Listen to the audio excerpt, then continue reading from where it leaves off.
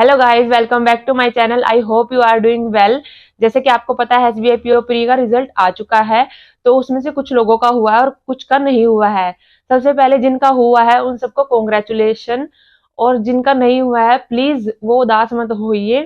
थोड़ा सा बुरा लगता है जब एग्जाम क्लियर नहीं होता है, हमने इतनी मेहनत की होती है, क्योंकि साल का लास्ट एग्जाम था, हमें बहुत उम्मीद थी। बट डीमोटिवेट फील नहीं करना है, आप फिर से मेहनत करने लग जाइए। आपको बिल्कुल भी निराश नहीं होना है। आप 2023 का बैंकिंग एग्जाम को टारगेट करिए, क्योंकि अभी LIC डबल AOB आने वाला है, RBI असिस्टेंट भी आएगा, उसके बाद SBI क्लर्क, PO सब दोबारा से चल जाएंगे। तब फिर से मेहनत स्टार्ट कर देना। ऐसे निराश होकर प्रिपरेशन नहीं छोड़नी है, क्योंकि हमने इतना काफी पढ़ा है, हमने इतनी अच्छी तैयारी करी है। थोड़ा सा और जान लगानी है और हम अब की बार एग्जाम क्लियर कर लेंगे। तो मैं आने वाली वीडियो में आपके लिए प्रॉपर एक रोड मैप बनाऊंगी कि आप एग्जाम को कैसे क्लियर कर सकते हैं, या फिर आप बैंक PO कैसे बन सकते हैं। तो वो वीडियो लाऊंगी आपके लिए मैं आने वाले टाइम में, कि आप बिगिनर हो, अगर आपको कुछ नहीं आता है, जीरो से बिल्कुल बेसिक से कैसे स्टार्ट करें, उसमें मैं आपकी हेल्प करूंगी। अब हम बात कर लेते हैं अपना main topic, SBI PO mains की प्रिपरेशन कैसे करें, या फिर इन 15 दिनों में हम क्या स्ट्रेटेजी अपनाएं कि हम अच्छे से एग्जाम क्लियर कर सके, क्योंकि हमें अब की बार एग्जाम क्लियर करना है।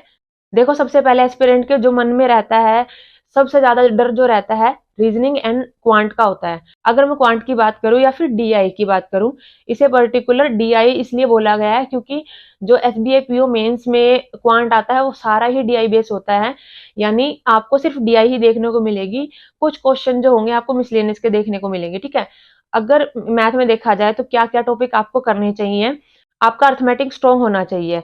अगर कोई मुझसे पूछे कि मैम अगर हमारा अर्थमेटिक नहीं है तो क्या हम एग्जाम क्लियर कर पाएंगे, मैं उनको साफ साफ बोलना चाहूंगी कि आप विदाउट अर्थमेटिक कोई भी एग्जाम नहीं क्लियर कर पाओगे, मीन्स बैंक PO का एग्जाम क्लियर नहीं कर पाओगे। तो सबसे पहले आपका अर्थमेटिक यानी बेसिक स्ट्रॉन्ग होना चाहिए। अगर वो स्ट्रॉन्ग होगा तभी आप DI कर पाओगे। देखो, DI में भी काफी टाइप की DI आएंगी। टाइम एंड वर्क बेस्ड पे DI आ गई, ठीक है। CI एंड SI पे DI आ गई, या फिर बहुत सारे ऑप्शन होते हैं, MP, CP, SP, इस टाइप पे DI आ जाएंगे आपकी, ठीक है। क्वांट को हम दो सेक्शन में डिवाइड कर सकते हैं, एक तो होगा DI का सेक्शन और एक मिसलेनियस का सेक्शन। तो इनमें से कोई ऐसा नहीं है कि हम DI चूज कर लें या मिसलेनियस कर लें, आपको करना पड़ेगा मिक्सअप ही। क्योंकि क्या होगा, कई बार DI इतनी टफ आएगी तो आपको मिसलेनियस करना पड़ेगा, या फिर मिसलेनियस टफ आएगा तो आपको DI करनी पड़ेगी। तो चूज तो हम कुछ नहीं कर सकते, करना हमें सारा कुछ ही है। ऐसा नहीं है कि आप ये वाला टॉपिक उठा लो और ये वाला छोड़ दो, ऐसा तो होगा नहीं। जितना आप अर्थमेटिक अपना स्ट्रॉन्ग करोगे, उतना ही आप क्वांट में या फिर DI में अच्छा कर पाओगे। इसके लिए जैसे अगर मैं टॉपिक बताऊं कि अगर आप अर्थमेटिक में भी मुझसे टॉपिक पूछना चाह रहे हो, तो आप परसेंटेज का देख सकते हो, PL प्रॉफिट एंड लॉस का, MPCP वाले भी आते हैं, टाइम एंड वर्क आ जाएगा, ठीक है। CI and SI pipe and system करके, और टाइम स्पीड एंड डिस्टेंस ये भी आपको करना ही है, एंड प्रोबेबिलिटी, इस टाइप के आपको करना ही है। अब आप बोलोगे मैम आपने तो बिल्कुल सारे ही टॉपिक बता दिए। देखो, कोई छोड़ने वाला टॉपिक है ही नहीं, क्योंकि किसी भी टॉपिक में से आपकी DI बना के दे दी जाएगी। तो आपके पास ये 13 से 14 जितने दिन बचे हैं, उसमें अगर आप ना, देखो क्या करो, पूरे 15 दिन में 5 से 6 मॉक लगा लो मेंस के, क्योंकि एक जो मॉक होगा वो 3.5 घंटे का होता है, 3 घंटे का मान लो आप। तो उसमें टाइम आपका कंज्यूम ज्यादा होगा, और आप क्या होगा, रिवाइज कम कर पाओगे। आप टोटल 5 या 6 मॉक देना, इससे ज्यादा मत देना जब तक मेंस एग्जाम नहीं हो जाता, क्योंकि टाइम कंज्यूम ज्यादा होता है इसमें, रिवाइज आप कम कर पाओगे। और एक और क्वेश्चन इसमें आता है क्वांटिटी वाला। क्वांटिटी भी 3 क्वांटिटी आपको दे दी जाएंगी, उसमें भी आपको कंपेयर करना है। टाइम कंज्यूमिंग है, बट आप क्वांटिटी वाले क्वेश्चन कर सकते हो, अर्थमेटिक अगर स्ट्रॉन्ग है आपका। और डाटा सफिशिएंसी वाले भी, अगर आपका ग्रैबिंग पावर अच्छी है, आप फटाफट क्वेश्चन देख के समझ पा रहे हो, तो आप वो वाले क्वेश्चन भी कर सकते हो, अगर आपको DI से थोड़ा डर लगता है। बट आप इनको अगर चूज करते हो, पिक करते हो उन क्वेश्चन को, तो आप कर पाओगे। डुएबल होते हैं, थोड़ा टाइम कंज्यूमिंग होता है, बट ये डुएबल होते हैं, आप कर लोगे। कैसलेट DI में भी देखो, अगर आपकी ना रीडिंग अच्छी है, क्योंकि उसमें क्या होता है, पूरा पैराग्राफ दिया होता है, अगर आप उसे अच्छे से समझ पा रहे हो और एक पेज पे उतार पा रहे हो कि उन्होंने क्या बोला है उस पैराग्राफ में, तभी आप कर पाओगे। कई बार ना हम कैसलेट के नाम से डर जाते हैं, मतलब उसको देख के छोड़ ही देते हैं कि हमें कैसलेट करनी नहीं है। बट यही गलती हमें नहीं करनी है, हमें ना पूरा एक सेक्शन जज भी तो करना है ना, रिव्यू करना है कि क्या ये हम कर सकते हैं। कई बार ना कैसलेट डुएबल होती है, तो प्लीज सिर्फ नाम से नहीं डरना है कि कैसलेट है तो छोड़ दो, नहीं, ऐसा बिल्कुल नहीं करना है। आप एक बार देखो उसे कि वो डुएबल है या नहीं है। तो वो आपको पिक करनी है और चूज करना है कि वो डुएबल है या नहीं है, ठीक है। अगर मैं सोर्स की बात करूँ तो जरूरी नहीं आपके पास सब्सक्रिप्शन हो तभी आप मेंस की प्रिपरेशन कर सकते हो। यूट्यूब पे बहुत सारी वीडियो हैं जिनसे आप मेंस की प्रिपरेशन कर सकते हो। अगर आप यूट्यूब पे सर्च भी करोगे ना, मेंस लेवल DI बाय अंकुश लांबा या फिर बाय आशीष अरोड़ा सर, ऐसे करके करोगे आपको मिल जाएंगी। मेंस लेवल का भी काफी कंटेंट यूट्यूब पे मिल जाएगा आपको, तो वहां से आप प्रैक्टिस कर सकते हो। प्लस आप एक काम करना, प्रीवियस ईयर के 2-3 साल के पेपर उठा लेना, ठीक है, मेमोरी बेस्ड पेपर, और वो सोल्व करके देखना कि आप कितना सोल्व कर पा रहे हो। अगर मैं रीजनिंग की बात करूं, रीजनिंग में क्या है, सबसे मेन रहता है जो 5 से 6 तो पजल ही आ जाती है रीजनिंग में। अगर आप 5 भी मान के चलो, उसमें से सिर्फ 2 ही डुएबल होती हैं, क्योंकि SBI PO का एग्जाम है, थोड़ा सा टफ रहता है। इसमें ज्यादा क्वेश्चन अटेम्प्ट नहीं हो पाते हैं, सिर्फ 15 to 16 इतने ही क्वेश्चन अटेम्प्ट हो पाते हैं।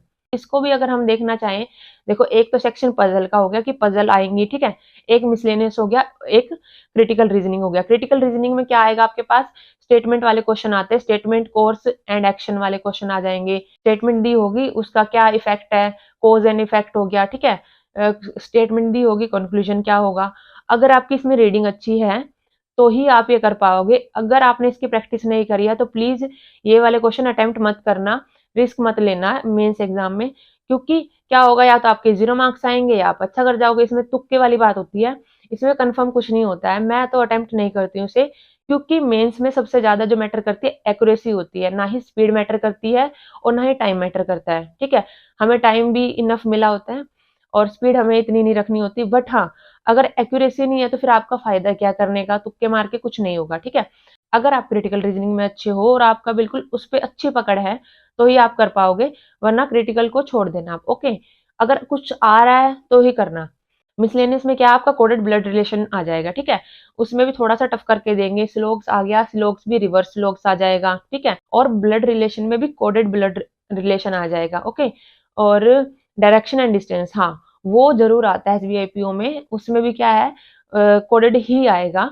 थोड़ा सा क्या है, टाइम कंज्यूमिंग है, बट ये डुएबल होता है। अगर हम पजल के अकॉर्डिंग देखें ना तो मिसलेनियस हम कर सकते हैं, बस थोड़ा सा हमारी अप्रोच अच्छी होनी चाहिए। अगर हमने प्रैक्टिस की होगी इन चीजों की तो हम अच्छे से कर पाएंगे। Input output, machine input output एक होता है, वो भी हो जाएगा आपसे, बस थोड़ा सा आप प्रैक्टिस करोगे तो निकल जाएगा। अब पजल की बात करें, पजल में भी जैसे अगर सर्कल वाली पजल आएगी तो ब्लड रिलेशन के साथ आ गई, या फिर 3 या 4 वेरिएबल दिए होंगे, इस टाइप की पजल आएंगी। अगर मैं सोर्स की बात करूं तो आप क्या करना, मेंस लेवल पजल बाय अंकुश लांबा करके लिख देना, या फिर मेंस लेवल पजल ओनली लिख देना, तो काफी सारी वीडियोस आपके सामने आ जाएंगी। पुनीत सर को भी आप फॉलो कर सकते हो रीजनिंग में। तो अगर ऐसे फॉलो करोगे, और इसमें भी क्या करना, पजल की अलग से प्रैक्टिस करने की कोशिश करना। वैसे हम कितना भी प्रैक्टिस कर ले पजल का, बट वहां पर कुछ अलग ही देखने को मिलता है, टाइप भी और वैसे भी।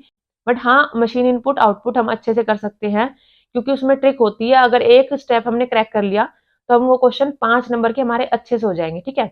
और करंट अफेयर का भी अगर मैं बताऊं, करंट अफेयर का तो मैं अपनी हर वीडियो में कहती हूँ कि आप अफेयर्स क्लाउड से करिए। अफेयर्स क्लाउड सबसे बेस्ट सोर्स है। बिल्कुल मैं ये नहीं कहूंगी कि आप उसी पे स्टिक रहिए मेरे कहने से, बट ट्राई करोगे तो वो बेस्ट सोर्स है। इसके अलावा क्या करना, जैसे हमारे पास 13-14 दिन ही बचे हैं, तो इन दिनों में आप कैप्सूल भी कर लेना। देखो कैप्सूल भी, अगर आपने बिल्कुल कुछ भी नहीं पढ़ा है अभी तक और ब्लैंक हो, तो आप मंथली PDF भी पढ़ने लगोगे ना, टाइम ज्यादा कंज्यूम होगा और इतना नहीं पढ़ पाओगे। तो आप क्या करना, कैप्सूल ले लेना, पूरा कंपाइलेशन होता है 6 मंथ का, तो आप वो करना। उसमें भी आपको अफेयर्स क्लाउड का कैप्सूल मिल जाएगा। एक एम्बिशियस बाबा का कैप्सूल है, वो भी पूरा कंपाइलेशन है, special SBI PO and clerk के लिए कैप्सूल बनाया हुआ है। और उसमें क्या है, उसमें कैप्सूल पढ़ने से एक फायदा ये हो जाता है, आपका स्टैटिक भी अच्छा हो जाता है। उसमें बैंकिंग का भी दिया होगा थोड़ा बहुत, तो वो कर लेना। अगर आप चाहो तो अड्डा 247 वाला भी कर लेना, उसमें भी पूरा दिया होगा SBI PO का कैप्सूल, ठीक है। अगर आप चाहते हो कि SBI PO मेंस में आप अच्छा स्कोर करो, आपको पता है GA का जो वेटेज है आपकी बार ज्यादा है, यानी 60 मार्क्स का है, और GA गेम चेंजर रहने वाला है SBI PO मेंस के एग्जाम में। तो अगर आप फोकस ज्यादा GA पर करोगे, यानी करंट अफेयर पे करोगे, तो श्योरली आप अच्छा कर पाओगे अपने मेंस एग्जाम में, ज्यादा अच्छे से अटेम्प्ट कर पाओगे, ओके। अगर आप मुझसे पूछो कि मैम हमें कितने मंथ्स का बैक करंट अफेयर करना चाहिए, तो देखो आपको दिसंबर का करना है, नवंबर का करना है, अक्टूबर, सितंबर, अगस्त, अगस्त से स्टार्ट करो, इससे पुराना मत जाना, अगस्त से दिसंबर। और अगर आप पूछो कि मैम एग्जाम तो 30 जनवरी में है, तो क्या हमें जनवरी का पढ़ना चाहिए, देखो 15 तक का पढ़ लेना, इनफ है, इससे ज्यादा मत पढ़ना, क्योंकि एग्जाम सेट हो चुका होता है थोड़ा पहले।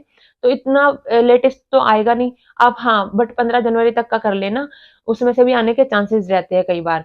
और आपको ये सारे कैप्सूल या फिर जो आपको पीडीएफ चाहिए वो टेलीग्राम पे मिल जाएंगी। अब अगर मैं बात करूँ इंग्लिश की, देखो इंग्लिश अगर देखा जाए ना, हर मेंस एग्जाम में कंपैरेटिवली इजी रहती है अदर सब्जेक्ट से। देखो इंग्लिश में भी क्या करना है, जिसकी रीडिंग अच्छी है वो कॉम्प्रिहेंशन कर सकता है, पैराजम्बल कर सकता है।